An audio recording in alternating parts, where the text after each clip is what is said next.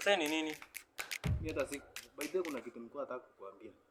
Kitu nataka kuniambia ile deni yako msee, si nakwambia kila siku nakumbuka. Si mambo ya deni msee. Nini sio msee, kuna kitu Msee deni yako nakumbuka. Wacha nifike hapa.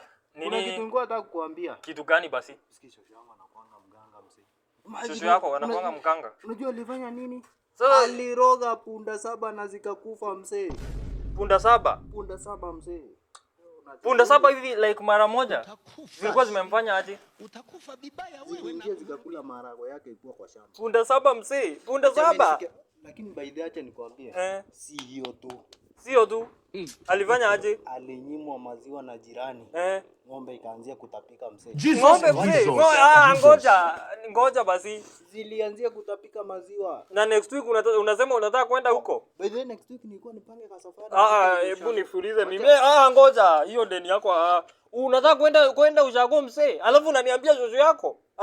Mimi hamtanifanyia hivyo juu ya deni. Hebu weka namba yako hapo. Msee punda 7. Punda 7 hivi zinakufa hivi mara moja. Na ng'ombe ikaanzia kutapika maziwa. Hebu nikuwekee, mimi nimekuwekea tumalizane tu msee. Wacha tufike hapa basi. Mfike na nani? Hebu enda peke yako we. Punda 7. Ai.